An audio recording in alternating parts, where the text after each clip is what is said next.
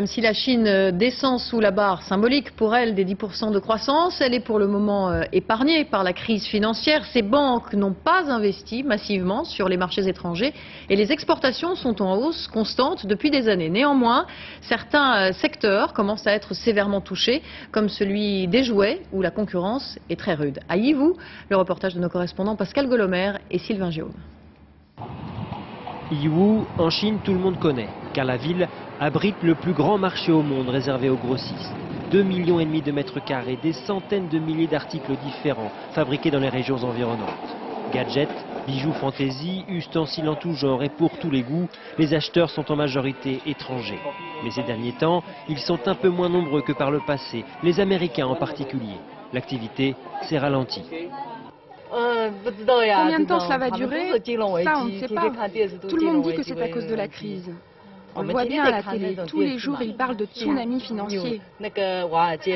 Il n'y a pas de quoi paniquer. Après tout, le volume total des exportations chinoises est encore en hausse de plus de 20% par rapport à l'an dernier. Mais la crise mondiale survient au pire moment. Depuis le début de l'année, en plus de cette crise financière, on doit aussi faire face à la hausse de la monnaie chinoise face au dollar, à celle du coût des matières premières et à celle des salaires. Et cette accumulation a forcément un impact sur notre activité. Principal secteur touché, celui des fabricants de jouets. Depuis le début de l'année, la moitié d'entre eux a fermé en Chine. 3600 entreprises sur le carreau.